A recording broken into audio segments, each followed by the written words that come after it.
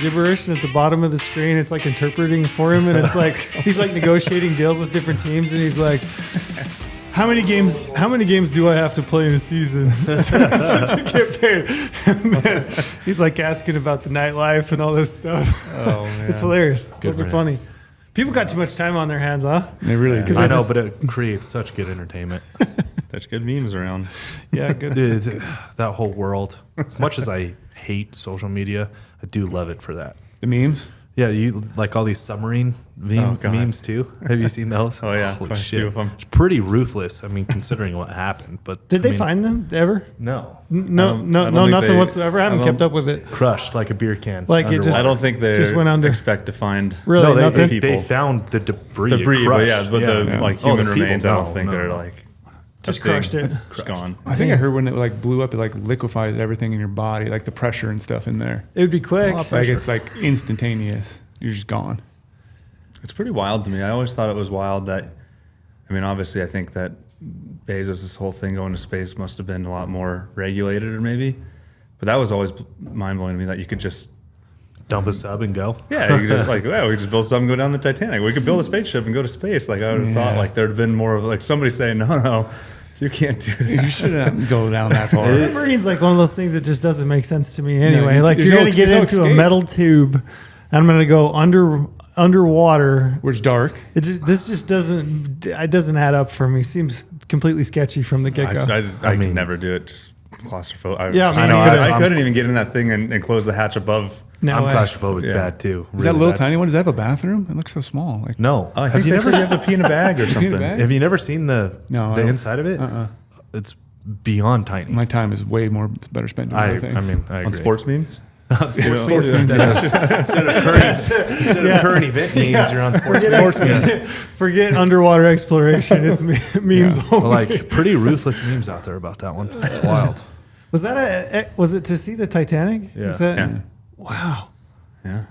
I know. You can just I Google mean, a picture of it. They got there's a- lots of them. There's a movie. It's Brady's favorite movie, the Titanic. I mean, No, it was Lord my of the favorite Rings. movie. You know this, Lord of the Rings. It was my favorite movie as a kid because of one scene. Yeah. I think we all know the scene. I did after this whole Titanic thing happened. I told my wife we should show the kids the Titanic. That's a good movie. And I was like, There's one I scene. need to rewatch it again first and see if it's appropriate. Because I've shown my kids lots of movies lately from our childhood. And I'm like, Yeah. this is a good one. We should show them. Then we get like halfway into it, and my wife and I are looking at each other like, oh, Holy shit. shit. All the movies We back should turn then. this off. I don't remember how inappropriate this was. All the movies back then are inappropriate. 16 for kids these Candles. days. Yeah. What movies have you shown your kids lately? Can you think of any of them off the top That of your were head? inappropriate? Yeah, I mean, just in can't- general. Well, I've been showing them like some classics. Like they love Happy Gilmore. Oh, yeah. we I'm watched trying to go to the some other night. classics like that. Like Billy Madison was a little more inappropriate than I remember showing them that. But it's not you know? that. It's not that bad. inappropriate, yeah. But there's some things in there you're like, oh. Like my Yeah. 8-year-old daughter's like watching it. Like, Happy Gilmore when he goes to his happy place. And his grandma. but that one was good and they loved it. I can't really think of any others, but occasionally there'll just be like a random, I don't know what, will pop up topic. And I'm like, oh, that movie's good. We should show that one to the kids. Yeah. We're getting old, Jeff. That's what it is, man. I know. We got Jeff Sposito from Stone Glacier on today. We conned him to coming down Yeah. to Vegas. So we got the big man. The big man. What is main your man. official title of Stone Glacier? President, I suppose. President. CEO, Not a president, big title chairman. guy, but yeah. Decision making. You don't have a plaque? Do you have a plaque on your office that says no? No plaque in my office. Nothing. No windows in my office. No. You took your hat off in that meeting earlier today, and I was going to tell you your life must be way too easy because you have zero gray hair. For you to be, Well, I got some. for I you got to- some in my goatee, no, but I for shaved you it to off, be so. all decision maker of a brand, it must be way too easy. Jeff usually has a sick mustache, and he's still Yeah, I got a good one going on. I haven't had the handlebar mustache in a while. Yeah. It He's got too hipster, too mainstream. right. I'm sad that Had to Trail go. shaved his recently I did too. shave mine. Yeah. Mine was pretty good. Yeah, it was legit. Yeah, it'll come back, I'm sure, at some point. Let's hope. I haven't had a Running season. mustache in a while, so I shaved and I got the goatee, and I was getting some gray hairs in there. Now I'm nervous that if I grow it back, it's going to be like all gray. You got none of the mustache. Yeah, Just go for it. Yeah. Lorenzo's getting a little. A little, Jesus. I've noticed. Yeah, lately. It's little. in the sideburns, it's starting It's to. all on the sideburns. It's That's a why I good cut my hair short. sophisticated look. Salt pepper. and pepper. Yeah, I always wanted that salt and pepper Experience. look. Yeah. Brady's getting a little in his goatee. Distinguished. Did you cut your hair? Did you? It looks I shorter. did. I cut it. I feel like less of a man. Honestly. you really? Yeah, I honestly do. It's a very odd thing to say. You feel like less of a man for cutting your hair. I only cut my hair once a year, and every time I do it, I'm like, why did I cut that much off? Maybe a little Should less have had homeless, more frequent haircuts. When you have hair that long and you go in, do you just tell them what? You want to trim? Yeah, it's like Is just that how that works? I want to know Brady Miller's grooming. What is it? What do you tell him? What do you do? it's like just cut a couple inches off. I'm like, okay. You go Like, in is it- somewhere to do that? Can't you do that on your own? I probably could do it on my own, yeah. But That would be more manly if that's. I mean, that's true. clearly what you're going for. it's really weird though walking in. There's all these like, hot chicks everywhere, like actually doing stuff. And I'm like, yeah, I'm just a dude. Just cut my hair, like give me 2 inches off, and walk out really quickly. It's like takes 5 minutes. Such is. you know, It costs like $45. You know, say for something like just trim off the split ends for me or something. I got split in. That was my hope. Just trim the split ends. Give me a hair treatment and cut the split ends, please.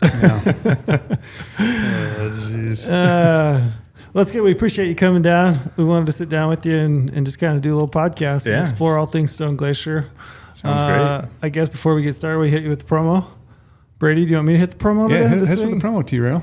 Yep. So we're still in app season. I guess we're not in app season per se. We're for guys like me that didn't get an elk tag this year. The leftover tag. Leftover tags, OTC stuff. Those are getting a little bit harder to find, but you can still pick up an OTC tag in Colorado, which is what I've been doing, digging through and doing my research, trying to find an elk tag. But there's still some opportunities out there. It's still actually a really good time to sign up for a GOHUNT Insider account or even an Explorer membership, which is the maps portion of our membership. We have a promo code. It's podcast. You can use that promo when you sign up for an Insider membership and get yourself 50 points back at the GOHUNT Gear Shop. Or you can sign up for an Explorer membership and get 20 points back in the GOHUNT Gear Shop. You can use that to buy Stone Glacier gear. 1 point's $1. So What would you buy for good time of year. $50, Jeff? Yeah, what would you buy, Jeff? $50? Yeah. I got to cap it at 50? No, Yeah, well- you can put it towards something. Yeah, what would you put it towards? Let's do. $50 Stone Glacier product? Are you saying something about your product? Well, no, but that's a little limited. But I think we make some of our base layers are a little bit more than that. But our Merino wool is awesome. Our Merino Cruz getting close to that. Yeah. It's in that 79 range. Our There we Merinos- go. Hey, you're actually wearing one right now. It's my favorite piece. Our Merino is really nice. It's actually one of my favorite, just like shirts in general. Just everyday shirt, running it, wearing it, just around town. You do wear that all the I time. do wear it a lot. Yeah, it's my- really I mean, I'm biased. A lot of No. it's It's some of the most comfortable merino out there. Yeah, it's great. Yeah. And you can wear it for base layers. You can't go wrong with. You can use that for everything. a lot of it's in the fit for me, and then it's like the right weight. Yeah. Like I can wear it over a t-shirt, and it's not too bad. But if I can wear it as a base layer, it's the perfect weight, and it just fits good. It's always long Yeah. enough. What is the weight? I don't know. Do you know? It's 160, I think. Yeah, I was going to say 150, 160, Yep. somewhere in there. Perfect. Yeah, It's good midweight. It's not super light. It can still be durable, but you can wear it for hot weather Gotcha. conditions as well. So yeah, put your points. Like I said, $1.1. Put it towards some Stone Glacier gear, and you still got a ton of time to do some research, explore maps. It's a great time to scout. I know that we did last podcast. We talked pretty extensively about scouting. Got out and hung some trail cameras, so I'm stoked. You did? About, yeah, yep. Got some Really? trail cameras. Yeah, just two. I didn't go all in, but I did get a couple in on just some water sources, which I don't know if it'll help me this year or not, given the fact that there's water everywhere. But Yeah. See the feed out there lately too? The feed's Yeah. outrageous. yeah, up to my knees, pretty much everywhere you go. Yeah. Yeah, you mentioned Colorado leftover tags. When do those come out, or what do you? Is So there you anything got good there? Yeah, you got secondary draw coming up. Deadline is the 30th. Yep. Is it tomorrow? 30th. Yep. No, when is that? What's the Two date today? 2 days. It's 2 days. Friday. Yeah, it'll be Friday. Yeah. Yep. So you still got a couple days. There's some deer tags. It's interesting. I was looking at that list. A lot of those they give 100% preference to youth. So a lot of those tags will go to youth applicants that apply. cool. But yeah, it is really cool. And I mean, if you got a youth and they drew a tag, it maybe you could think about upgrading it if you wanted to turn the other one back in and kind of upgrade your tag, because there are some decent tags on that leftover that secondary draw list. Yeah. But there's still some tags there, and then just the OTC stuff, which has been trimmed down some. A lot of the, I think, 5-6 units that were OTC last year now went to a draw, but there were still a bunch left over on that secondary draw that you could pick up if you wanted to. But yeah, I mean, there's still a ton of second draw and then OTC tags, which is what I'm looking at doing. So Yeah, we just dropped a big article too about over-the-counter archery elk opportunities. Broke down even like the Arizona ones, Utah ones, Oregon, Washington, obviously Colorado, Idaho. A lot of stuff out there still people grab if they want to. You guys live in Montana. You don't even have to worry about that. We're pretty lucky. Must be nice. Yeah, Montana's a nice state to live in. Everybody always asks to draw anything this year, and You're like, I didn't, but it doesn't. It honestly doesn't really matter. Sometimes the general. I mean, you want to draw. Obviously, we all want to go do some cool adventures, but we're pretty lucky in Montana. Over the counter general tag, you can hunt so many things for so long. How do you manage your own applications? Like, do you apply in other states across the West? Do you apply for like those limited quota tags and just kind of keep Montana in your back pocket in case you need it, or how do you approach that? I do. I'm not as diligent or as analytical about it as some of the other guys in our office. Just gotten to a point now too with just a point in my life with work and my kids where my hunting opportunities are more limited. So I, buy points where I can, but I put in for kind of the standard Western states and. There'll be years where it's like, well, I don't want to draw, so I'll buy a point or put in for something that I'm not likely to draw. And if I do draw it, then I can make some time to go on a good hunt. But Alaska's always awesome. I mean, I'd like to go to Alaska every year if I could. But every couple of years, that's always one where we're pretty stoked to plan a trip, whether it's something that's easy or if you got to put in for a draw. But was Stone Glacier kind of born out of Alaska? It was, yeah, right? Absolutely was, yeah. So my business partner, Kurt, who founded Stone Glacier, we actually was a high school teacher in Homer for a long time. Oh, really? He's born and raised in Montana, but then after school moved to Alaska because he wanted to hunt and fish and just leverage what Alaska had to offer. So he was a high school teacher in Homer for a long time. And what did he teach? Do you know? He taught math, I think, and then shop class. He's a really good welder. Really? Yeah. And so he taught shop class a lot, but math and history or something, I don't even really know. I was surprised when he told me, but he taught the shop class for a long time. And he is obviously he's our product designer, so that's a natural fit. Makes a lot of sense. He's got a wealth of knowledge too. Yeah, he's built so many crazy things that you don't know about until you ask him. But I mean, he's welded his own aluminum boats. Like he's big into boat making. Really? Actually, the Stone Glacier logo and name was originally on a drift boat that he made, like an aluminum drift boat he welded, and it said Stone Glacier or Stone River Drifter, or maybe it was Stone Glacier Drifter, and it was the same ram we have. And it was on a boat that he built and made. So he's so the logo was the logo he came up with. Yeah, and then he just repurposed it for backpack company. Is it a ram that he killed, that logo? Yeah, I think it was based off a ram he killed. Now. It is a great logo. Definitely. Awesome. Like it's very eye-catching. Yeah, we get a lot of people. That's always a good thing. You want to have a good logo. I think you guys got a great logo as well. But we get a lot of people, especially at trade shows, that'll come by the booth and buy a hat and a T-shirt and be like, I've never even heard of you guys, but that logo is awesome. Like, Yeah. Sweet. It's a good introduction to the brand. We'll take your money. Yeah. But yeah, no, so it was born in Alaska. Kurt's first pack design was when he was living in Alaska. He was really big into solo sheep hunting. He has a very, I think, unique hunting style. I'd consider it unique. He's very much, I think there's lots of guys out there that are solo hunters, but there's also a lot of guys. I'm maybe more of a social hunter. I like to go with my buddies, my family, and do things, but he's very much kind of a nomadic solo hunter. So he's really big into solo sheep hunting. When he lived up there, he after working at the high school, he worked for BP Oil up on the North Slope for a really long time. So he spent a fair bit of his life in Alaska. What year would have that been? Like when he first started dabbling with his own pack? It would have been like 2009. So I was working at Sitka at the time, and during that time, Kurt was a Stone Glacier athlete for a very short period. At the time, our Sitka athlete. Yeah, sorry. At the time, our Sitka athlete program was really about finding these people that weren't necessarily known or influencers or popular, but were just really passionate and skilled and good at what they do. And Kurt fit that mold pretty well.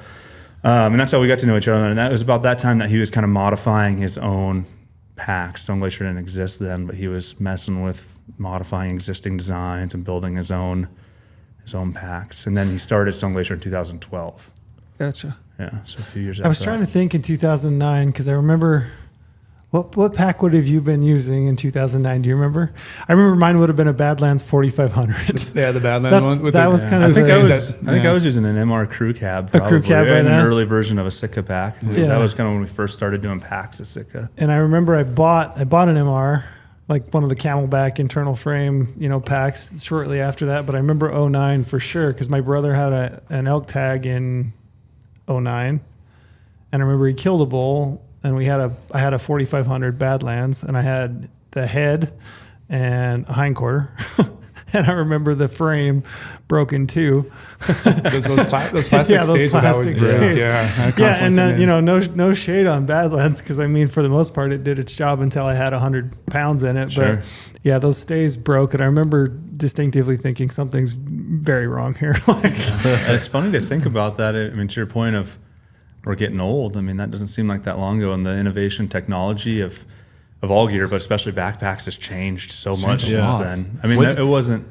Mr. Ranch was making really quality packs at that time, but in the hunting space, there really wasn't anything. Yeah, there's kind of been a mad rush in the last maybe 10 years or Absolutely. so, 8 to 10 years. That's why I was curious. At that point, it makes sense to me that he would have been exploring options for backpacks because I don't know. There wasn't anything out there. I don't know what else was out there. Right. That's exactly. I think that really was the precipice of it, and what came of that, and what really set Stone Glacier off and was unique was he took an existing pack design and modified it and created the first load shelf concept where the bag would separate from the frame. And that now you look at it as an innovation and you go back, and that's commonplace in all high-end packs, right? And you think about backcountry hunting without a load shelf, and you wouldn't even consider it. You can do it, but that's like almost a requirement now. Yeah.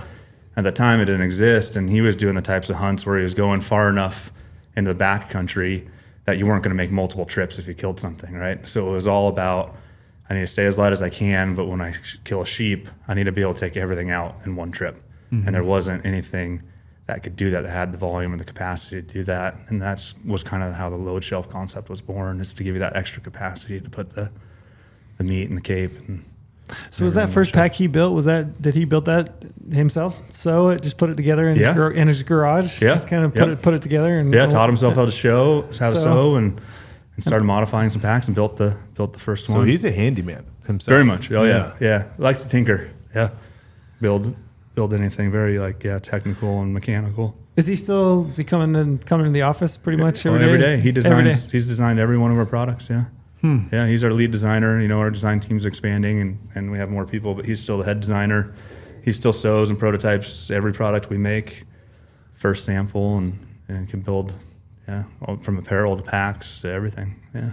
Wow. Does he still seem to genuinely dig it? Like, is he still pretty into it? Yeah, absolutely. Yeah, he loves to hunt. He loves to build stuff. So yeah, he likes, as long as you can keep him out of the business stuff. Just he's pretty happy. He doesn't want to be involved. No, Kurt doesn't want to be involved in the business. He is, and he's very good at it, and he's smart, and he will obviously do whatever the business needs, but he'd prefer to just design cool stuff, which is why our partnership worked well. Yeah. Because I'm not a designer, but my expertise and experience was in the sales, marketing, business side. So I think you hear about a lot of failed partnerships in business. I feel very fortunate. Him and I have always worked well together, and I think it's because we kind of know our own roles and stay in our own lanes. So you knew him from working with Sitka, I guess, right? He was a brand ambassador, an athlete, Sitka athlete. Yep. Like, at what point did you guys decide together, or was he trying to produce packs and go to market with them?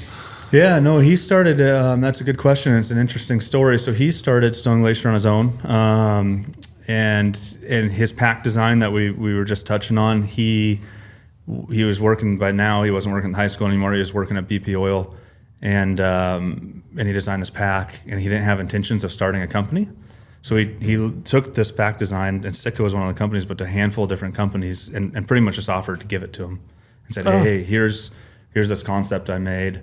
You guys should build it. It'll work. People will buy it. It's cool. And it was really out of selfishly to him. I just want to buy one that's professionally produced, and everybody kind of gave him the same spiel, which is understandable. Hey, we already are kind of down our path. We have our own designs, our own processes. So he found a factory that we still work with today that would do a small production run for him. And I think the first run was only 60 packs, and they built 60 packs. And he sold them to friends and family. And when they were all gone, he rolled that money from those sales into 100 packs and just kind of kept it going. In the meantime, his brand recognition, it was small, but people started to recognize, hey, this is a really good pack, really good product. It's unique. It's different than anything that's out there. And he built a pretty good brand reputation on the product. Subsequently, Sitka moved from California to Bozeman, where he lived. He was commuting back and forth from the North Slope to Bozeman, 2 weeks on, 2 weeks off. And we became friends and just in town in the industry. And I started to kind of get recognized, like, what he's created with Stone Glacier's got a lot of opportunity here. Like, you could do a lot more. So I just started picking his brain and asking him, what's your plan? What are you going to do with Stone Glacier? What do you want? And he would genuinely say, I don't know. Yeah. I don't Just really likes know. to tinker, just likes to build things. I don't know, just building packs. But then he had like 2 or 3 different style packs. I think your 7400 that we were talking about earlier today was one of the first styles. I was going to ask, how much do the frames and bags resemble today, kind of that first stage of the pack? Is pretty similar, honestly. Pretty similar? They've improved quite a bit with small improvements, but no major overhauls. I mean, it's the same functional foundation, improvements in the stays and, just how product innovation happens. You find little flaws or improvements and you kind of roll them in, but it's pretty similar. As far as design-wise goes, X-frame. Yeah, but we have a lot more styles now. I mean, forever it was 3 styles of packs. We had the Solo, the 7400, and the Archer, I think, were the three packs. Or we had one called the 5100, which was the 7400, just smaller. Gotcha. So we then, I just told him at some point in time, if you're interested in selling this business, partnering together, growing it, doing something else, let me know. And he eventually reached out and said, I don't know what to do with this now. You want to talk? So that's kind of how it happened. Yeah, it was good. Did you have an eye for it? Like, when you saw that pack, what was it about? Was it Kurt? Was it the pack? Was it using the pack? Like, what was it about that combination that for you were like, yeah, I think there's something here?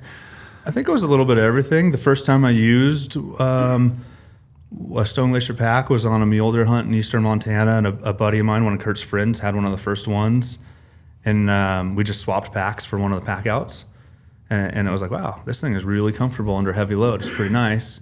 So that was part of it, but I think a lot of it was for me. I'm kind of a brand and marketing guy, and I just felt like there was an opportunity for the brand. Like, it was strong. And my experience was from startup phase at Sitka to at that point a pretty successful, well-known brand, and I believed that model could be replicated, and I saw how powerful that was and how it worked, and I just felt like that he had created something that could do that again. Gotcha. Which isn't easy to do. You got to have all the right pieces of the puzzle, but to me it seemed like a no-brainer. Like, it was one that, I kind of have an entrepreneurial mindset. I like looking at business ideas and like, this would work or this or that or whatever. And that one just seemed like a no-brainer to me. Like, hey, this could be successful. I think it was because of all the things you mentioned. You got to have product quality. You got to have all those pieces. But yeah. I think it's interesting. It's funny. I mean, as I'm sitting here talking and hearing you listen, same here at GOHUNT. It's interesting how the different personalities mesh together to create something that, on your own you could never really potentially do. Like, I couldn't, I have things that I do and things that I definitely can't do, and you have to have the parts and pieces. And it's interesting to hear you talk about how you and Kurt kind of work together. You got one guy that's the design and kind of the eye for the product, and then another guy that's a brand guy and marketing, and you mesh the two together and you can generate this momentum and movement to really make something special. Yeah, well, so the people cool. are everything, as you guys know. I mean, and it's not just Kurt and I. We're really lucky. We got a lot of other really talented people. But, I mean, you can have the best product concept there is. The people behind it are really what I think create the culture and the brand and really drive it to success. No you question. Got to have that. That's the execution side of it. Yeah. All the good ideas in the world, the people are what help you execute on it. Yeah, absolutely. I would think I think a lot of people, like when I talk to people about products or brands within our industry, I think your name comes up a lot as like, you guys have a great brand. Yeah, it's clean. It's a clean brand. How do you talk internally about brand a lot? Is that like within your head and you kind of put that out there and you're like, we're going to do this or that? Or like, how do you manufacture a brand? This is probably more business talk, but I'm curious about branding and, operating a company within our space. Like, how do you create brand and culture? Yeah, we talk about a lot. And first of all, I'm glad to hear that. I take that as a big compliment because that's really important to us. The brand is, I I guess I'll say, the brand is everything, obviously, with the caveat that there's a lot more to it, but that is so critical. And it underlies and is the common thread in everything we do. We look at products, new product launches, we look at marketing stories, we look at supporting different conservation groups or philanthropy, look at our sales, our partners, a partnership relationship like with GOHUNT, and it always comes back to, even if it's not discussed, there's kind of always an underlying thought of fundamentally, how does this impact the brand, and what does this mean? Does it fit our brand values? Is it who we are? Is it being true to what, how we relate to our customer and who our customer is? So it's pretty paramount. It's interesting. I would agree with you, and I think that I would say I agree that we have a clean brand, but I don't even really know what that means. Interesting enough, like, how do you define that? I think it's a lot of good imagery though. Like when I see you guys' stuff, like your catalog or even on social media, like if I see an image, I'm like, that's a Stone Glacier image. I can definitely tell right away. Authenticity is something we always talk about, and especially in our space, not so much anymore, but I think when I first started working in this space, the hunting industry, authenticity was lacking, maybe. Like, you'd see a lot of staged content, you'd see ads from bow companies that, like, they're doing it in the summer. It's not off season. I mean, you could just tell it wasn't authentic, and that was honestly something that I think propelled Sitka to a lot of success. That was really critical, and that was from the original founders, Jonathan and Jason, about having real authentic content. And that's something that we've carried with us, and it has always been important. And you guys do that really well too. I appreciate that. Yeah, clean brand to me is executing on the small, fine details. Like, that's when a brand gets messy, is when they don't pay attention to like those fine little details. Yeah. And then it starts the feel for the brand gets wider than, what is capable to be felt through media or marketing or imagery or any of that stuff, right? When you keep it like honed in and a honed in feel, that's what makes a clean brand to me. So those little small details. Yeah, I think that's a good definition. Yeah, I'd agree. And I think the challenge that happens with scale, and I think both of our businesses are at this point, and it's good. I think it's important to have the original leadership that understands that. But as you grow, those fine details are really come down to knowing your consumer and knowing your market, and how do you scale your team and grow and still maintain the people that can identify that and that know that. Because I think a lot of businesses get so big that they have somebody now running PR or marketing or doing something that aren't in tune with the fine details, right? And they quickly get lost. Yeah, I think that's a challenge that we should all be aware of. I compare business life to just an individual human life, right? It's like a human grows and gets better, but they still keep their same characteristics and strengths if you're living the right way. A brand's the same way. It grows, but you can get spun out and lose sight of who you are and what the brand is a character, right? Like, a lot of people, when you build a brand and start a brand and it's growing, the brand is a character of itself, right? The brand it means something, it stands for something in the public, it has a personality. And when it gets too big and spun out, then the personality becomes egotistical and lost, and right, and you see it happen to brands all the time. And it's just like a human, right? If you're wildly successful as a human, you can get spun out and egotistical and lose sight of the finer things in life and the smaller things in life and those types of things. Business no different, right? When it's growing, that's the way I see it, at least. Yeah, that's an interesting analogy, and I completely agree. Yeah, and it's hard. Yeah, like, culturally, it becomes hard. Like, you start getting successful. You guys have had a ton of success and grown, and you guys make unbelievable product. It's hard to not get a little overconfident or take things for granted, and people do it all the time just in their day-to-day lives as well when they have a little bit of success. Yeah, I think it's important to just always know who you are too, and it's easy to like chase the shiny object, if you will, right? Like, there's a revenue opportunity there, or we're going to go do that or this, but to be able to continuously go back to the sounding board and really ask yourself, is that who we are? Should we do that, or is our energy better focused somewhere else? Because there's opportunity cost to everything. Yeah. And then you could just spread yourself too thin, and then you lose your identity, right? Like, who are you to your core customer? You're trying to be this to this guy, and this to this guy, and this to this guy. Yeah. And you're not really relating with any one of those core demographics. Is he taking a personal shot at me right now?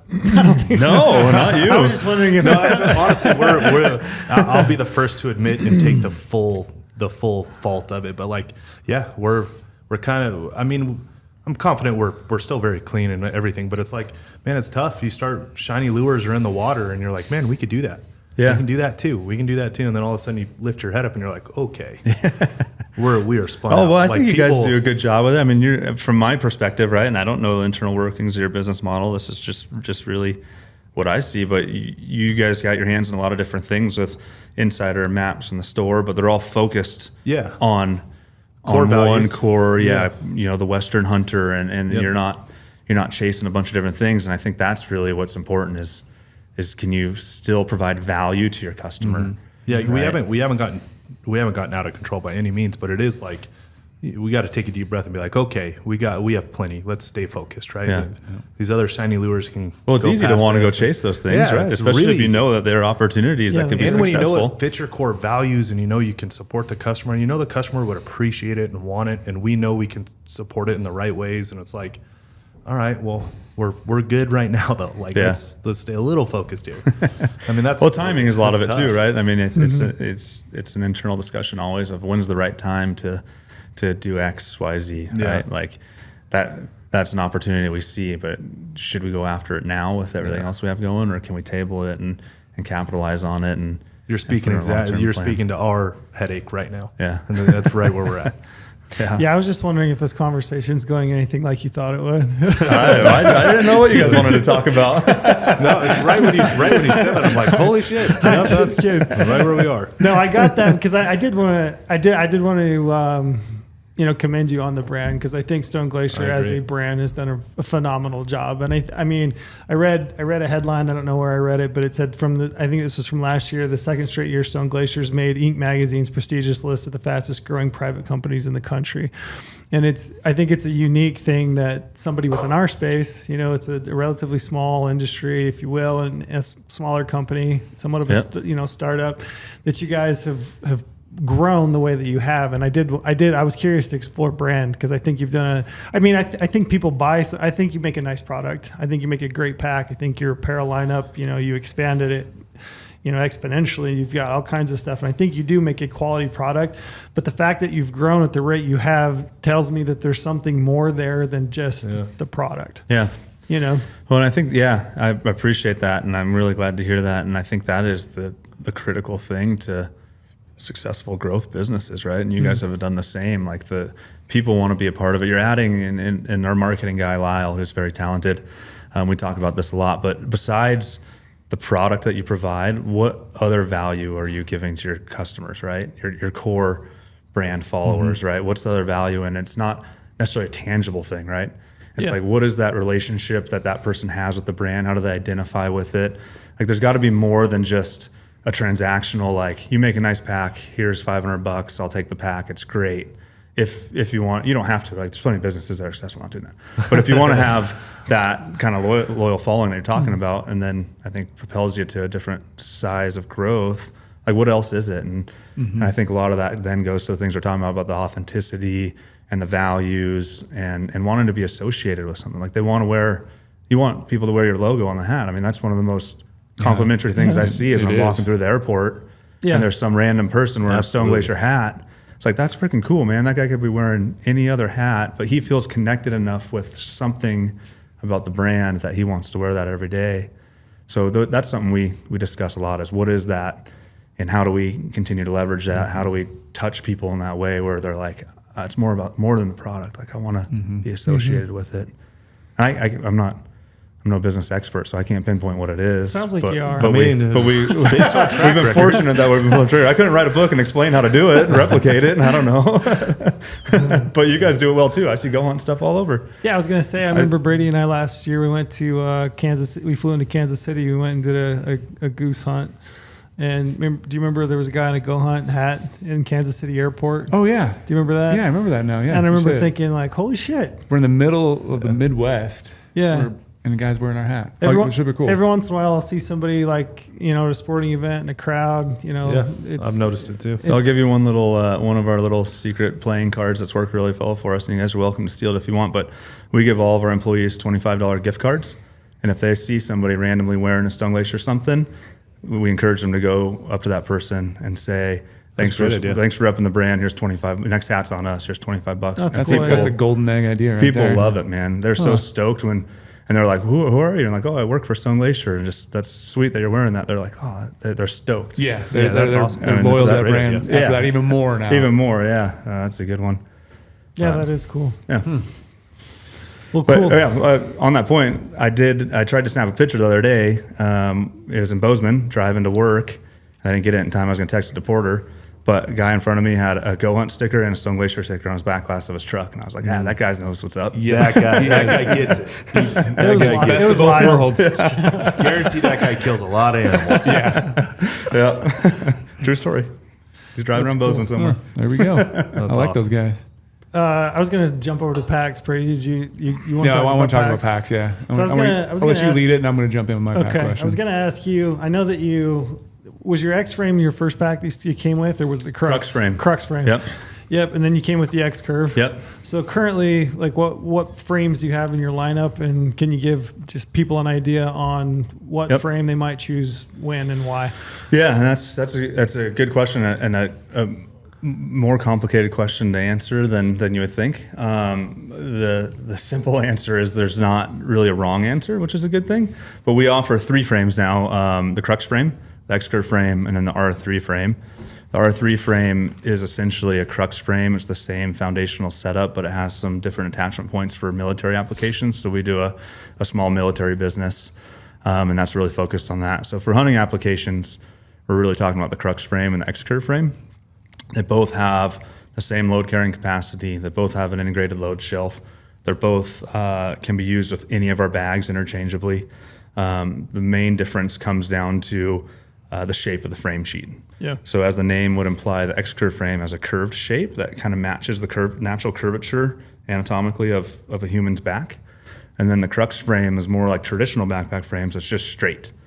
And really what that is about is distributing weight on your hips more effectively based on how your body is shaped.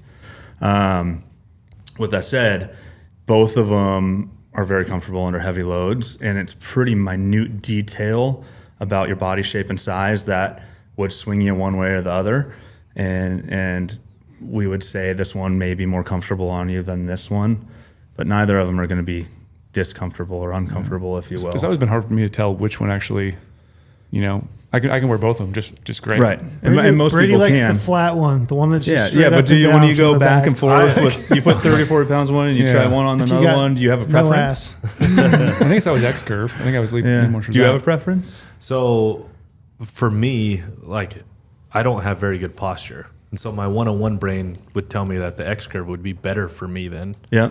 Because I'm a hunched over. Yeah. That's my natural. Yeah. Where Brady is straight up. Like, I like always having good posture. I try to have good posture everywhere, but you have very good posture. what's the easiest way to tell, like, which one to go with? Well, so for a this customer? has been an interesting learning for us too. So the Crux frame started. It was Kurt's original design. To your point of the first frame, it was straight stays, and we made the X curve frame because we're finding on certain people that under heavy loads that lumbar pad feels like it's slipping down. And we've all experienced this, I think, with different packs of you're constantly trying to cinch it up and get it to seat on your hips well. The X curve frame comes in and that lumbar pad is now angled more towards your lumbar, so it's going to sit on there better. What was interesting to us, right, that was just intuitive. Okay, let's make a curved frame. Other people have done it, and that makes sense. And we thought, okay, if you have a curved back, you're going to want an X curve frame. If you have a straight back, you're going to want a straight frame. So we do silly things and test internally with our guys who measuring people, standing up against the wall and see how much of a gap you have between your back. You didn't have them lay down on the floor and roll a barbell over them? Is that what they do now? You guys know. Oh, I know. Guys, you guys act like you don't know, but you know. Oh, I know. But so we've been asking ourselves the same question for a long time because this is something that is not easy to communicate to customers, right? We're primarily a direct-to-consumer business. If you could fit somebody in a pack, like trade shows are great for us, right? If you ever have the opportunity to come to a trade show and come by our booth, like we will put 60 pounds in both the frames and put them on you, and you could just tell us that one feels more comfortable to me. That's the best thing you can do, but when you're shopping online, that's obviously not that easy. So we've spent a lot of time trying to figure out how do we communicate this to customers and videos and online and what's the test or how do you try. So we recently, in the last year, started talking to a friend here in Bozeman that's a chiropractor, and he's a sports medicine doctor, and trying to learn about like the shape of the back and just trying to get his perspective, like somebody a little bit more educated and professional than us on like just slightly more educated. Yeah, how do we just slightly how do we communicate to customers, like what's the easiest way to distill this down to something that's easiest for somebody to understand. And what we learned from it was almost the exact opposite of what we had thought. And is if you have a straight back, the curved frame is probably going to sit on your hips better. And if you have a straight back or a curved back, the straight frame is going to sit on it because of how the shape comes and how that lumbar falls. So, so if you have a curved back, right, you're going to end up, that lumbar is not going to be pushing in as much and sitting on your frame. So it's counterintuitive to what we expected. And we went through and kind of just did a unscientific test with all of our employees, determine who's got a curved back, who's got a straight back. The chiropractor kind of helped us determine the easiest way to tell that, and had everybody try them on and did the data. And sure enough, it was correct. So I'm not sure if that matches what you guys find. Well, I mean, you did say that you have like an X curve. I have an X curve, and I assume you have a straight back. You're a taller guy. I love that back. Yeah, so it would make sense. But yeah, I don't know. So I didn't really answer your question. Well, what I was going to ask is, do you have a data set that you would be able to tell somebody like, hey, if you stand against a wall on this, you have a curved back? Yeah, that was kind of that's the intent, the output of this whole project. We haven't finalized it, come out with it yet, but that is the idea of like, let's try to work with a better fit guy. Better fit guy chiropractor and come up with a way where guys can do that without having to physically try both on. But then, of course, there's some outliers, right? Where there's some. Well, there's other differences between the two frames, right? The one is a little heavier. One's lighter. One's lighter. One's a little heavier. Yeah. The other one's a little beefed up in the hip belt, right? Yep. The Crux. Yeah. The X curve. The X curve. They have the same hip belt, but the stays are just, and that's where the weight comes in. The stays are solid carbon, where the Crux, they're hollow carbon. Tube. It's a little bit beefier.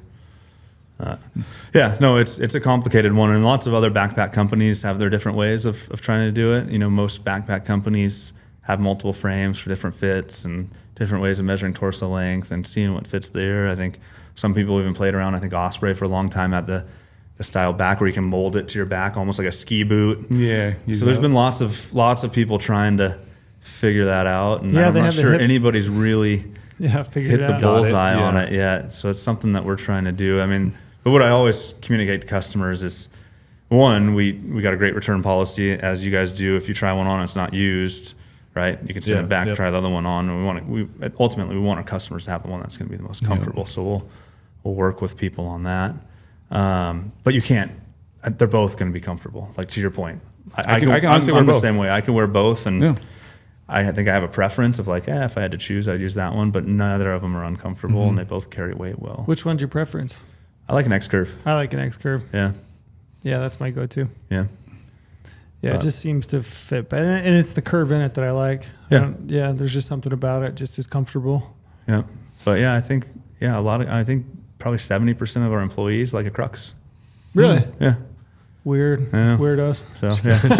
straight weirdos. You need to evaluate their employment when you get back. A lot of guys are just after the lightest setup too. Sure. Which is a valid point. Like if you're that customer that wants the lightest setup, then I wouldn't even worry about trying both on, because I'm confident the Crux is going to be comfortable on you, and you should just go with that. It's not that much lighter, but it's going to save you a couple ounces, right? So just a few ounces then? Difference a few ounces, yeah. One question I wanted to ask you as you were talking was, you said load capacity? 150 pounds, is that what you said? Yeah, I mean that's what we rate them to. What is that? I mean, how do you test that? Do you? We put again unscientific. Put a bunch of weights in them and test them until they break. And honestly, we is that on the frame or the stitching? On the frame, yeah. Well, it's whatever would fail first. Gotcha. But we've had over 300 pounds in them without having any failure points when it's strapped, how it would be strapped to your back. But really, what we design packs for is to carry 80 to 100 comfortably. I think we all know if once you get over 80 pounds, honestly, especially over 100, it's just going to be nothing matters. Yeah, it doesn't really. Yeah, it doesn't really matter. It's just going to be miserable, and you want to get to the truck. Yeah. But if we can engineer a pack to distribute 80 pounds on your hips comfortably and proportionately, that's kind of where we find the sweet spot is, and what we're trying to achieve for the customer. And I think we've all also had packs that aren't designed for that, and you put a elk quarter in, and it's very obvious that they suck and they're uncomfortable. So, but innovation's come a long ways, and there's a lot of pack companies now making really quality packs that distribute the weight well and can carry heavy loads comfortably for long distances, which for a long time that wasn't really the case. Yeah. I always love it when somebody either makes the comment or asks the question, what pack can I carry comfortably 100 pounds in? And I'm like, man, I've never had 100 pounds on my back in a backpack and carried it for any distance where I just thought that thing was super comfortable. Yeah, that did so well. Man, I feel light as a feather. And it is funny that 80 pounds is kind of like that's the break where it's just like everything above that you don't even notice. It just sucks. I mean, they do carry differently. I mean, and I will say one of the biggest reasons I've been a proponent of Stone Glacier packs and I've used them for so long is I think I'm still using the same one that I bought at the Western Hunt Expo in 2017. Oh, cool. Yeah, so I still have that pack, but it's just kind of the position of the load shelf, the distance that it kind of sits up off the base of the hip belt. It just gives me the ability to secure a quarter or bag of meat like higher up on a back. And it just frees my hips up because that's where it tends to hurt the worst for me is like when I get a lot of weight on my hips. Yeah. If that sits at the base of the pack and it just kind of pulls at the front part of my hips and it just wears me out over miles, whereas you guys' pack, I'm able to like secure that load higher up my back. And that's honestly half the battle is just the leverage that's created by where you place the weight. And we've done some, again, unscientific tests on that. We have a blog post, I think, that maybe we just did recently that's pretty interesting, just showing how that works. But simply, one, having a pack that is capable of keeping the heaviest load, which when you kill something is the meat, close to your back and in the right spot, is really critical to your comfort, right? It's just the leverage you're going to feel pulling off of you and how it's going to sit on your hips. I also like it too because it opens the door to use that to carry your gear in. Like you can use that area, not throw it in your main bag, have a smaller main bag, and throw a bunch of your food right there and carry it in that way. And then you're going to eat that food. Then on the way out, well, that's where the meat's going to go. Yeah, and that's why I think a lot of and Mission Ranch has been very successful in the military with their load shelf packs, and we're seeing some of the same. Is they in the military application, they're putting all sorts of equipment in the load shelf, right? Mortar tubes, breaching charges, all sorts of different things that are heavy. So you want them close to your back, and then also would take up lots of capacity in your bag. You want to be able to carry. So the load shelf is I'd say it's a pretty game-changing innovation in the pack world in general over the last 10 years. It allows me to carry out everything. Right. Like I can carry out boned out meat, hide, throw a rack on top, all my camping gear. And the funny thing is you still don't even really see it much, which I guess it's just because the application isn't as great as hunting, but you don't really see it much in the outdoor space.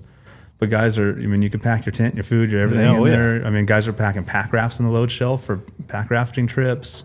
Do you get a lot of people that are non-hunters, like stopping in and looking at the backpacks, or is it mainly the hunting crowd? Not a ton, but we don't really market much our brand to non-hunters. But the people that do crossover and like they you see it, they're like, this is way better than any backpack in the outdoor space. A pack raft especially. Like those guys would crush it. Yeah, through hikers, there's a big opportunity where for whatever reason, just the pack quality in the outdoor space is behind the hunting space. And I think in general with gear innovation, forever, outdoor space was ahead of hunting.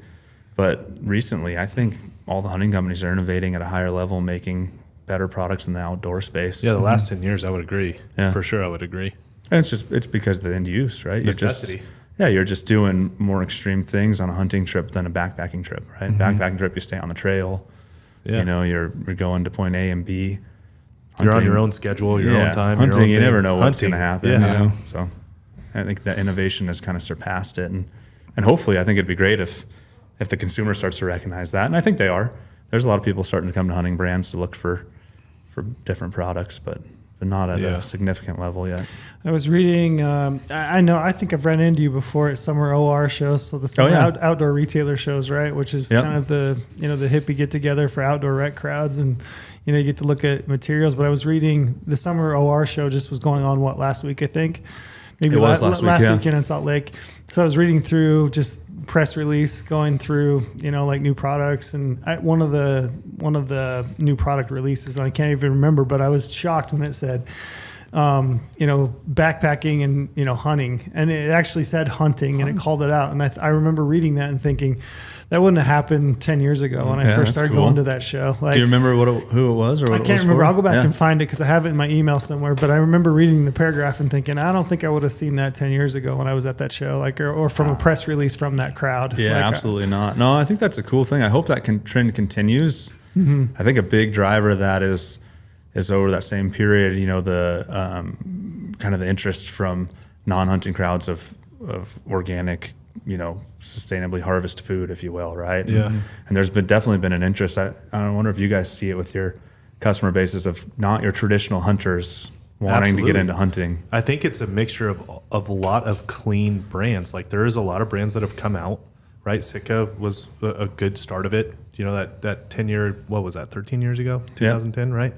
And it's like the imagery has been cleaned up, the vibe has been cleaned up, the sustainable conservation message is way more pushed than like the trophy hunting badass who's killed, you know, all this big stuff. It's really been, I think it's been cleaned up a lot just from, you know, brands like you guys and us and Sitka and a handful of others. And it's really cleaned it up to now I feel like it's more acceptable than it's ever been. I mean, it's pretty, you know, that's a non-scientific stab at it, but honestly, I really agree. do. Like when I talk to people now, I feel like it's more accepted. If you want to gauge for it, go to a summer OR show. Yeah. I mean, and you can compare it. I mean, when I remember, I can't remember the first year I went to that, but it's been a good number of years ago. And I remember, I ran into Jason Harrison, you know, from KUIU, when he was, you know, in between, and he was at that show. But I remember walking into booths, and you know, I can't remember. I think I worked for Huntin' Fool at the time, and I think my badge said Huntin' Fool. And I remember people looking at it and being like, "What? You know, what do you do?" And I'd be like, "Oh, I work for this hunting company. You know, I'm just looking for new gear and you know, interesting stuff." And you know, they kind of point at the door. Didn't really want a whole lot to do with me. But you know, going back as of maybe a couple of years ago. The last one I think I went to was in Denver, but you know, you'd walk into a booth and my GOHUNT badge and who do you work for and what do you do? Oh, I work for this hunting company. Oh, and most people would be like, oh, I've never been hunting, but I really would like to go. I would like to try it. I remember I took an Uber to the airport and there was I took a share with a girl and she worked for some company that was definitely not, you would not think hunting friendly, but in, a 45-minute conversation, all she had is questions about hunting. Why do you do it? Where do you go? How do you do it? And just wanted to understand the whole thing. And like that conversation, like she wouldn't have even, I don't think, been open to it, 7 or 8 years ago. So it's definitely felt like a flip to me. Well, that's what we need to like preserve. I mean, obviously there's always going to be the anti-hunting demographic and people that just aren't going to be open-minded to it, but the more of that we could foster and have collaboration on both sides, and that's gonna be important for the future hunting, honestly. Well, if you just look back like pre-2010, like I remember Under Armour when they were kind of the first big whatever. Remember their magazine ads? It was always lethal. It was a black page, always lethal in white, and then blood splatter across it. I mean, that's what it was. That's what hunting was. The super deep voices. I'm thinking of all the broadhead. All the broadhead. Dirt companies. Let the air out of them, and all this this crazy. You're right. I think the hunting industry. Back, you're like, we've gone soft. It's like.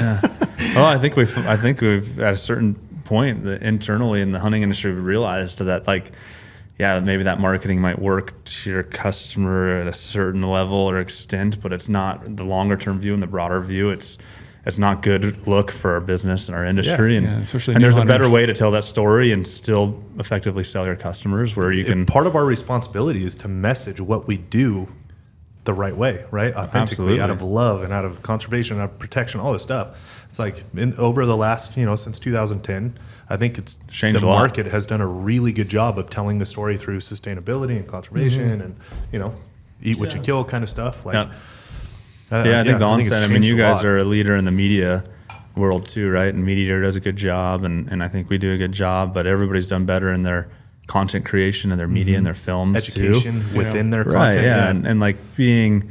Having the right lens on what you do show and you don't show and how you show it and how you talk about it and making sure that, you're having the right level of respect for the environment and the animal and all that goes a long ways. Yeah. And it's on all of us that work in the industry that we kind of have onus to do that. And there has been a big shift. You're absolutely right. I think it's on all hunters in general, honestly. Right? I mean, you can either be an asshole and tell people you kill shit, or you can think about the future and be like, man, I want my kids to be able to hunt like I do. And yes, I do kill shit, and I'm super happy to do it. But that's not what I'm necessarily going to say to this person, you know? It's not how I'm going to message that. I'm just, message it a certain way. I want my kid to be able to do it. So, Yeah, I think I wrote an article for GOHUNT, and I may have stole this from somebody else, but I think in the article I said essentially that our ability and our kids' ability to go hunting in the future, those decisions will be made largely by people who never hunt. Yeah. And it's those people, in the middle, and they'll probably never hunt, but they can lean one way or the other and vote. They can be in favor of it, say, I may not hunt, but I see the value in it and the tradition and, for what it is, the value and vote that way, or they can be, anti. So I don't know. I don't think about it nearly enough, but it's probably something we all should think about more often. I just try to keep it top of mind, like know your audience kind of a thing, right, Yeah. When I'm with my buddies, I kill shit and I love it. And that's what I'll say. But walk and do somewhere else.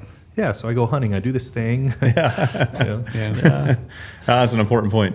It absolutely is. You guys got into apparel, right, from PAX? Was that kind of the next step for you guys? Yeah, I think technically our first product we launched after PAX was tents. Oh, gotcha. Then apparel, which apparel has been really important for us. And I mean, we were probably working on apparel for the longest time. I wanted to know, were you the guy behind the no camo? I am, yeah. Are you? Why no camo? I just always. You hate camo? I don't hate camo, and I don't judge anybody that wears camo. But I just always, in my years of experience working in the industry, I just always saw a growing trend, especially amongst I don't know what the right word is. I don't want to use the word elite, but more experienced hunters, more passionate, experienced hunters, of just not necessarily relying on camo as much. Mm-hmm. Maybe they'd still use it here and there, but it wasn't critical. It wasn't a critical piece to their success, and that trend I just saw growing, and an opportunity for somebody to kind of just own that piece of the puzzles, right? So, I mean, even before I was involved in Stone Glacier and Kurt and I were just talking, that was always a strategy in my mind. It's like, hey, this brand could be the brand that when we start making gear and clothing, it's just all solids. I think that, and we would resonate with the customer. And that wasn't a stretch for Kurt because he was already making packs, never used camo. Yeah. They were just gray packs. But yeah, I think, you look at a lot of guides and outfitters who live on the mountain, right? Not a ton of them wear camo. It's just not, probably for various reasons. There's also this growing trend, which maybe is unique to Montana, probably definitely unique to Western states, of people just don't want to be identified as hunters, not because of the reasons we're just talking about anti-hunting, but more so for where I'm hunting, right? Yeah. Like if somebody sees me at the trailhead, I don't. Stay quiet. I'm walking to my truck at the trailhead and I'm in full camo. People are like, "Oh, there must be elk in there," or "What are you doing?" Or you cross paths with somebody on the trail, and obviously you're gonna have a bow or a gun with you, but you just look a little bit more incognito. You go to the gas station in some little hodunk town, right? It must be impossible for people in Bozeman to gauge who's a hunter and who's not. Well, I don't know. Do you guys get that? I mean, that's real, right? No, That's just a Montana thing? I mean, you're speaking to why I started to transition into solids. You go to the gas station, you go to the restaurant, and it's just you don't want. Well, so where are you hunting? What'd you see? Because I also don't like to lie to people either. Like it doesn't make me feel good to lie. I don't like to feel bad. I'm a feeler kind of a person. And people don't know that's a weird question to ask. I mean, if you're a hunter, you don't ask that question. But otherwise, it's like, how much money do you make? How many cattle do you have? Type of a question. The other thing too, though, like I always have you have this great pair of pants you love, but it's in camo, and they're like, well, now I got to buy another pair because I want to be able to wear it in town. Where if you just have it all in solids to begin with, you can wear that.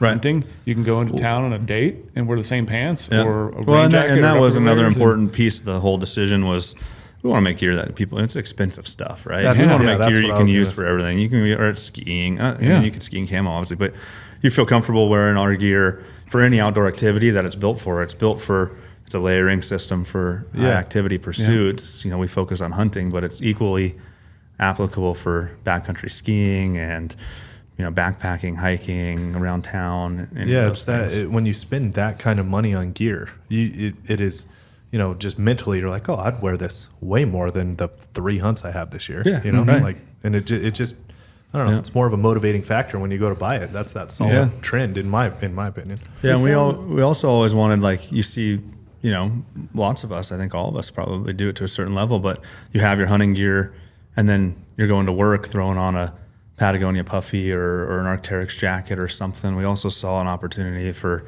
hey, I think hunters would rather wear hunting brands. Yeah, I don't want to support 100%. Patagonia. Yeah, right. I don't want to know. do that. Well, you wear that, but you're wearing that jacket to work that you wear every day more than you're wearing your hunting gear, right? So we Yeah. want to, take that closet share space too of the customers' gear list. It sounds like if Jeff sees 2 grip and grins and one guy's wearing completely solids, he automatically assumes that guy's the better hunter. Because That guy's better.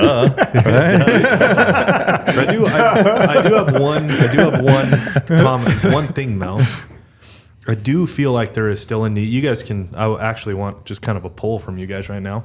But like I do feel like there is a need for camo still, and it's archery hunting. Like I do, you know what I mean? Like I do think it's the that slight movement you might be. Well, let me. Do you agree? wanna hear- No, I agree. me give you I've worn camo tops and I've worn solid Archery buttons. hunting. Yeah, archery hunting, and Yeah, it's and I don't know. I mean, here's the thing, because I think elk when they're rutting are dumb. I said it, Brady. I think Brady's a big elk guy. Don't Write that piss down. Brady off. He's a I huge think- elk Write guy. that down. Elk, Trail says elk are dumb. I think That's elk why they're your favorite. Which translates to easy to kill. easier to kill when they're running. Okay, I that's think why mule deer are superior. when a bull comes Mule in deer and win. he's looking for cows and another bull bugling, I think you could be standing there in your birthday suit and be totally okay. They're love struck. It's my favorite podcast I ever chose. So I think it's probably less important, but I think for like a mule deer spot and stock, something like that, I think it might account. This is just, and again, I can't prove it per se, but I think it might give you that extra extra second, Yeah. when maybe your image is a I'll little give bit you broken up.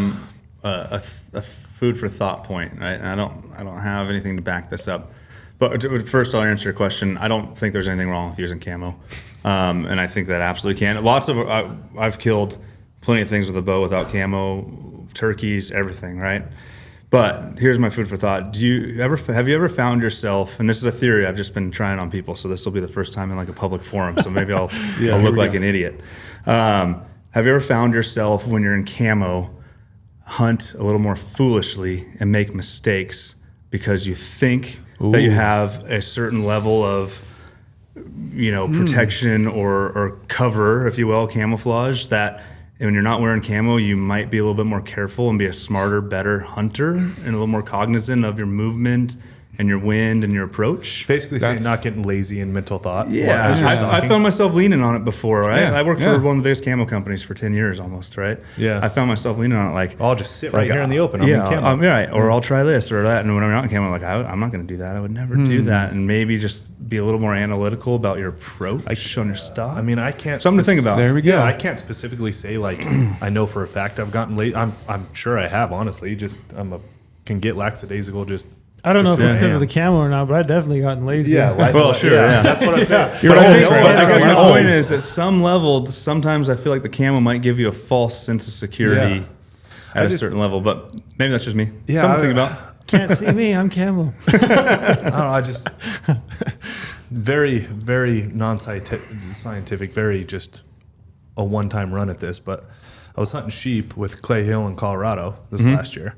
And I mean, sheep are known for better eyesight than anything else. And when they're banded up early season, not in the rut, like they're tough, right? And it was an archery only hunt.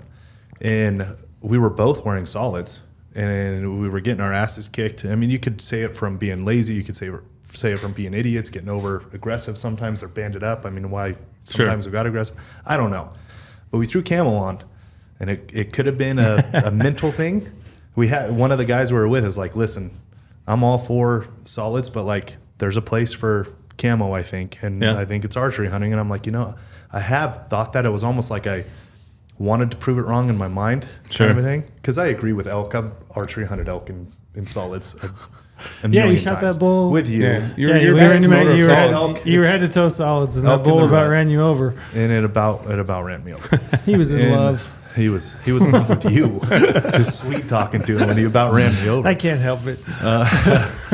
And and I'm like, yeah, guy, I think you're right, And I like I told you in the meeting earlier, I was a huge proponent of solids only because I'm like, man, if you're a good enough hunter, you don't need camo, kind of a thing, right? And it became a joke within the office. Cody Smith was working for us at the time, and it just became a thing, right? Like, oh, they think I'm a park ranger. They're just gonna walk up to me anyways, right? I'm gonna wear all green.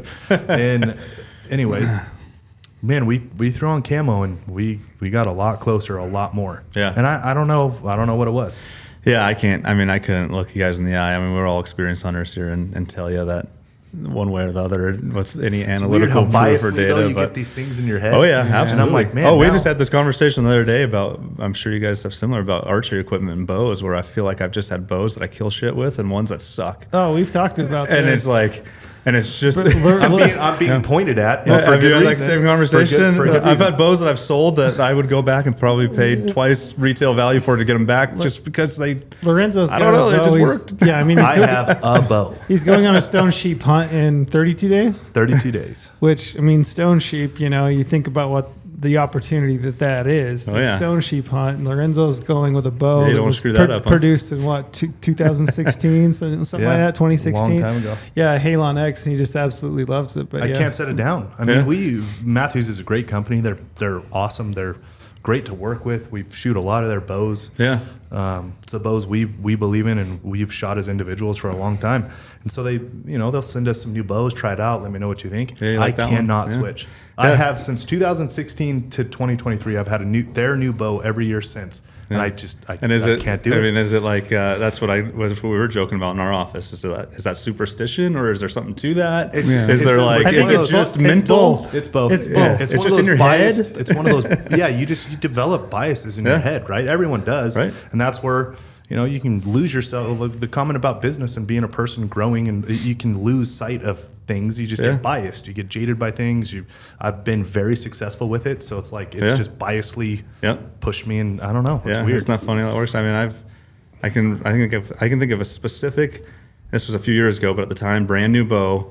That the first time I shot an animal with it, I whiffed a freaking nice bull. And it What was bow for was no it? fault of the bow, but It was my a own. Hoyt, right? No, it was Matthew. No, it was not. It was not a Matthews. Say any other bow but that. But my bow is also a Matthews, and it's an Okay, old yeah. one. It's an old Chill R. I don't even know how old Oh, that is yeah. now. But that bow I've killed so much stuff with. How old was that? How old That is was a long that? time ago. That's like R? wildly old. Oh, that's like 12 years old probably. I don't Yeah, know. it's pretty old. The Chill R. I still the have it. Chill- I the won't get Chill rid of that X. one because I've sold a couple other that I Yeah. felt The R a is the connection short with. one. but- It's not the X, the longer one. No, it's the R. The R is a short guy. Yeah. But then here's the crazy thing that too, we're talking about solids versus camo. Look at the trend in bows though. Most people now are hunting with a solid colored bow and not a camo bow. Oh, that's Yeah, interesting. I mine's didn't know solid. that. Black bows, like you shot an elk the other day with a white limbed bow. Yeah, my bow I've got right in there is black. So yeah, really black you need riser. camo then. Like Yeah. that you're as close to an animal as you can be, and that bow is the first Mine's- thing that's sticking out in front of you, and it's not camo. Yeah. Mine's stone trend gray is going with the same way. fluorescent orange strings. Yeah. I mean, I But don't the know. resale, That's a hot when they looking get- setup. The It resale is. when it looks cool. Yeah, that's interesting. Well, I mean, I guess it's a form of camo, but the other one that's always funny is people were, their whole setup of camo, thousands of dollars worth, right? And then they throw on whites, and the mountain goats come running right to you, and then you whack one with your bow, and it's like, well, I guess I don't know, I didn't need that I could have wore Yeah. anything and just put the whites on. But that's, I guess, a form of camo. I mean, the goats are looking at you like you're a goat. Another good one too is when you see people decked out just GQ style, head to toe, accessories, everything, all camo matching, hat, everything, gloves, and then they'll just stand on the skyline and just what are you They're doing? invisible. What are you doing, man? You hiked all the way up here. You're on the skyline. You got animals. What are you doing? Yeah, I think it'll be an age-old debate. I Yeah. think camo is just fine. There's nothing wrong with it. I would never say you shouldn't use it or you can't use it. Where I was going is you should make it an accessory camo. Then I could use it archery hunting because now I have this bias stuck in my head. I'm like, well, shit, that did work. That guy was right. Multicam, maybe. Multicam. I don't know. Multicam. Something just to. But like don't know. even though like spring bear hunting to me, I can't imagine ever hunting in camo pants ever again. Amount of ticks you can spot when you have solid covered pants. That's a good- Like that's a good otherwise point, you're gonna have Lyme disease guaranteed if you Well, wear I think camo that is a pants. trend that I've been seeing. Is I've seen a lot of people much Valid more point. acceptable, even if they want camo, to wear solid pants and then a camo top. Yeah. Right. And I think that makes logically a lot of sense, right? Because when you're stalking an animal, you're arguably going to be on your knees or crawling. Like, are camo pants doing that much for you? Yeah. I just hate being able to. You can't see those ticks crawling up you with camo That pants. actually, I've never honestly, seen is that. That's an strange. extremely valid point that I did not. I've tried to I've talk never about it thought all the about time. that. Like solid pants, I can see, especially like tan color or like a light color. I can see those things, pick them off, send them back to hell with a Brilliant lighter. thought. Boom, Yeah. done, move on. I never thought about that. What is your favorite apparel piece that you guys make? I think right now my favorite one is the Cirque Light jacket. It's a new Me too. jacket we just came out with. It's a lightweight synthetic insulation. It can be definitely used as an outerwear piece for earlier season, more moderate temperatures. It's very breathable, so it's like an activewear piece. You can definitely layer it underneath. You like the Cirque better than the Grumman Light? I think I like the Cirque Light better than the Grumman Light. The Grumman Light's awesome too. Then you get into that down synthetic debate. The Grumman Light's probably warmer. The Cirque Light's probably more breathable. The Cirque Light's got a better fit. The Cirque Light is just, for me. Yeah, it just seems more, and honestly, I use it more for everyday use than hunting applications. It's very comfortable for wearable, just everyday use. Throw it on, go to work, throw it on, around town. Where do you fall in terms of the synthetic down debate? Do you think there's a time and a place for each one, or do you tend to lean one way or the other? I think there's a time and a place for each one. I prefer down. For the most part, it's just more packable, lighter, insulates better. Yeah. There's just a lot of advantages to down. The treated down now is so good at repelling water that a lot of those cons of down traditionally of getting wet, not insulating, are mitigated to a certain extent. It's never going to be like synthetic, but for a lot of the experiences that where you're going to get your down wet, it's going to be fine with treated down. Do you think treatment really works on down? Or is that like a misnomer? Oh, it works. Like you legit believe that? I believe it works. Oh, okay. Yeah. I think it has life expectancy. Gotcha. Like anything. I think over time it'll lose some of its water repellency depending on how much you wash it. How much are you washing it? Down? Yeah. Not very often. I think, yeah. I can't remember. Once a year maybe? Yeah, I think it's good to wash it when you need to wash it. I mean, it's not gonna hurt it or ruin it, but I think just naturally you look at down feathers, right, and you understand just how often it works. You could see how that would break down with. Wash machines are hard on everything. The agitators and washing machines. So I think don't wash it unless you have to. But yeah. What do you have new in your lineup that you like? I know that you came out with the Soloist tent. The Soloist tent's pretty awesome. Yeah, it's a pretty niche product. 4-season, one-person tent. Yeah, one-person tent. And that was kind of Kurt's baby on wanting a tent that was a smaller footprint than our skyscraper. So a lot of the hunting he does is in the alpine and areas where you are sometimes pitching a tent, in shale cliffs and stuff where you just don't have a big footprint. Pitching a tent. Pitching a tent. So just having a small footprint where you could still have enough room for all your gear. So not big vestibules and stuff. So it's really catered towards a solo hunter that's going to be high in the alpine. But that tent's new. It's done really well. We came out with a new pant, the 206 pant. That's pretty nice. It's a lighter weight, kind of more early season style pant. Think antelope hunting or early season archery type hunting. That's done really well. And then the Cirque Light and the Grumman Light were also new this year. And our insulation pieces are really nice. Our Grumman jacket is one of the nicest down jackets out there, but it's warm and it's heavy. So there was this need for something that was, when it's not so extremely cold and you want something a little bit lighter weight and packable, you don't need something so designed for cold weather. Those two pieces are pretty good options. Can I jump into packs? Yeah, back. You can go back. You can do whatever you want, Brady. You can do whatever you want. It's your world, Brady. You're right there on the You poster. want to talk about mule deer hunting? No, he likes elk. He's an elk guy. Don't let him fool you. No. Don't let him fool you. Terminus. Oh, yeah. I think that pack was designed for me. Yeah, honestly, you like it? It took me a while to think about it, how it could work for my system, but how light it is, and now with the 8700, the new one. Yeah. So I've used that this entire spring season. Packed on an Aoudad, mountain lion. Nice. Packed out 2 bears. And you're digging it. Loving it. I'm glad to hear that. I can't wait to take it on a mule deer hunt. Yeah, I'm glad to hear that. That's another one of Kurt's brainchilds. All you Awesome. All you got to do now is get a mule deer tag. Yeah. I got 3 mule deer tags. I have way more mule deer tags than I have elk tags. Why did you say you can't wait to pack out a mule deer? You can't wait to pack out an elk this year. I do. Yeah, my elk tag is first. That does make a problem here. That does make it a problem. Just forget about mule deer. Just leave that to me this year. But yeah, that pack is sweet for like the high alpine environments. Yeah, and that's what it was designed for. It's not going to be for everybody. I mean, that's one of those packs that, like, we're in the business of selling stuff, but at trade shows, lots of times, like, we tell people you probably shouldn't buy that pack, depending on what you're doing. Yeah. If you're going on a elk hunt, right, that might not be the best pack for you. But if you're going on a high alpine mule deer hunt, a high alpine sheep hunt, goat hunt, that's really what that was designed for. Pack weighs 4 pounds. It's so light, and it carries 8,700 cubic inches. Yeah. It weighs 4 pounds. Yeah, and that was a big design point for us. It's like, hey, we want to make a pack that size that's under 5 pounds. Nobody else is doing it in a load carrying style pack. I think it turned out really good, but counterintuitive to everything we just talked about in the beginning of this podcast, it doesn't have an external load shelf. Yeah, right? it has an internal load modular. shelf. It's not modular, so it's very different than everything we've made, but it fits a niche hunting type of hunt really well. That alpine sheep hunter, like a boned out sheep isn't very much meat, right? Yeah. So the internal load shelf that it has can fit it really well, and you can still fit all your gear.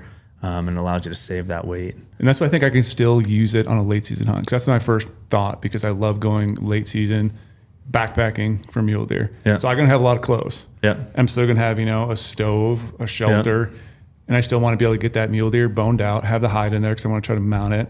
Yeah. And carry that rack, and still want to be able to go out on one trip. Yeah. But like the amount of space I get in there, I can just throw it, make the pack taller, get everything in there. Like I'm super excited to take that on a nasty snowstorm. Yeah, of a hunt. it's a sweet pack, and it's a niche use, but for a guy like you that understands it and has those types of hunts, it's pretty awesome and hard to beat. I'll let you know how it works on a mule this year. What's going on here? I can see you mentally fight yourself. We even got to comments not on the say last elk and podcast instead like, say Brady, I mule. thought you were I'll a mule send deer you guy. a photo of how it works with a mule deer. Hey, one cool fact about that pack, and you mentioned earlier the Inc. 5000 thing, but that pack this year was awarded by Fast Company as an Innovation by Design Award, which is a very mainstream award. It was super cool to be. So in the magazine where these awards were issued, that pack was listed next to like Apple products and Samsung products and like all these very mainstream. That's awesome. That's cool. Design. So it's like this, they call it Innovation by Design, but there's all sorts of very broad spectrum of products they look at, and they have these different That's a criteria. feather in your cap right there. That's But awesome. yeah, it was pretty It's really sweet cool. to see. It was literally like it was listed with a product by Apple, and it's a small hunting company backpack. I can almost That was see kinda that cool. pack eventually being that one like maybe some people who aren't hunting could like really look into too, because it is so lightweight. You can do anything with it if you wanted to. Oh yeah, that'd be a backpacker's pack. Oh, that pack at OR would crush, man. Yeah, I love that material too. The outside Yeah. material is different than the other packs, and yeah, it is. Yeah, it's cool. I'm glad to hear that. I got to test it all throughout the spring, and I was blown away. Especially like I was like, man, I'm gonna throw a bear in there. Bear is dense and big, and you got big hides, but I was able to do everything I needed to. 8,700 cubic inches is a big pack. It's a big pack, but it's still lightweight. I can still just condense everything down if I want to do like a shorter hunt, but it's still going to be just 4 pounds. 4 pounds base weight is great to me. That's ounces I can put towards my optics. Yeah, I think I'd love that pack to get recognized in the outdoor market a little more mainstream. Because you look at backpackers packs. I mean, there's a lot of lightweight packs in that space, and people are pretty into ultralight stuff. But they aren't designed to carry heavy loads, right? You look at through hikers and stuff. You put that pack on them compared to whatever the heck they're used to using. I think it would blow their mind. Yeah, and I can still strap my rifle on the side of it. Like it doesn't have little pockets, but like you can still strap it right on there. Yeah. Took it in desert environments, beating that material up. Took it in, Yeah, that material's super durable. Super durable. It's a great pack. Yeah, I'm glad to hear that. That's good. I love it. Yeah, we were pretty stoked good about work that on that one. Yeah, that's Kurt. Yeah, that was another one. His little brainchild, because his his little little babies, babies, light and fast. Yeah. One of his little babies. Yeah, he likes to design those little niche products that everybody's like, that's cool, but you might be the only person in the world that would really like that or use it. But there's other people out there, it turns out. I'll do my best to convince more people to go over there, because like I said, I feel like for my style of hunting, it just works. And I think it's going to work really, really well when I get to these mule deer hunts. See, I can see you mentally fight it. You want to say elk, and you have to like tell yourself to say mule deer. Where do you got mule deer tags? Do you have? Yeah, Brady. Yeah, where are they specifically? Yeah, Brady. Okay, I got two on the East Coast, one in Hawaii. Hey, do you know, I have a fun fact for you, and I'll give Darren, our buddy George, a plug here. Do you guys know George Cook, one of our sales reps? No. I don't think so. Oh, he's gonna love. I'm gonna have him listen. He's gonna love this. He's laughing over there. Is he the only? Correct me if I'm wrong. He's the only person that's known to have killed a mule deer in all 16 states that mule deer live. That's been eventually my goal as well. Yeah. I've mentioned it multiple times. I gotta connect you up with him. You guys are gonna love each other. Yeah. But they somebody wrote an article about it in a magazine. Yeah, he's told me about it a million times, and it's awesome. He's a great guy, and he loves to kill mule deer. Yeah. And then I finally read the magazine article, and it was pretty freaking impressive and interesting. Yeah. It was pretty wild. I'm trying I'll to forward it to you. I'm trying to do it slowly by building points everywhere. The only one that's going to be last is I'm really dreading going to California and trying to hunt a mule deer there. Come on. I don't know. Just that thought of going to that state. I don't know. That's an easy one. Yeah, that's why I'm trying to Yeah, expand that's this not year. what I thought you were going to That's why say. some- I thought you were going to say like Nebraska Yeah, or me too. something. I was like, No, I've had it. California? It's Like just even, right there. like even this year, I have a new state I'm going to try to Where? cross that one off. It's in the West. It's a deserty looking state, Alright, maybe. Yeah. But it's trying new things, and I'm excited for the tags I have because I have more mule deer tags than I have elk tags. I always will do that trail. Wrong. But my strategy does work really well. So my whole entire life, I've never gave elk a chance at all, and I've just built points up. And you're So I have a metric shit ton of elk points in every Never state. So gave one elk of a these years, people are chance. like, "Wow, Brady, you're a really good elk hunter." It's like, no, I just have primo tags because I have so many points, and I'm just shooting big bulls. That's the but I'm not strategy. really skilled at all. But I just am waiting my time. So this year I have a really good elk tag. He's going to come back an elk guy. We all know it. Yep. Oh, man, this is awesome. They do fill the freezer up a lot faster. I'll give them credit for that. They are larger. Mule deer are cool, but elk hunting's hard to beat, man. Yeah. You're an elk guy? Oh, elk hunting's awesome, man. Yeah, That's your it's- favorite? Archery elk hunting. I think if I don't know, if you just had to choose one hunt to go do, archery elk hunting's pretty awesome. In the rut. Yeah. They're so noisy though. I know, right? Smart guy, this Jeff. They're so So loud. Jeff gets it. I just want to be up there in Smart- glass, and all smart these guy. bulls are down there making all this noise. I'm trying to have a peaceful glassing session. I don't know. It's weird. I think I enjoy archery elk hunting probably the most, but for whatever reason, big mule deer are cooler to look at. I don't know. They're sweet. I don't know. I mean, have you seen a big bull? I've seen big bulls. I don't know. Big mule deer are cool. I don't know why. I mean, obviously elk got more horn, but Save a mule deer, kill an elk.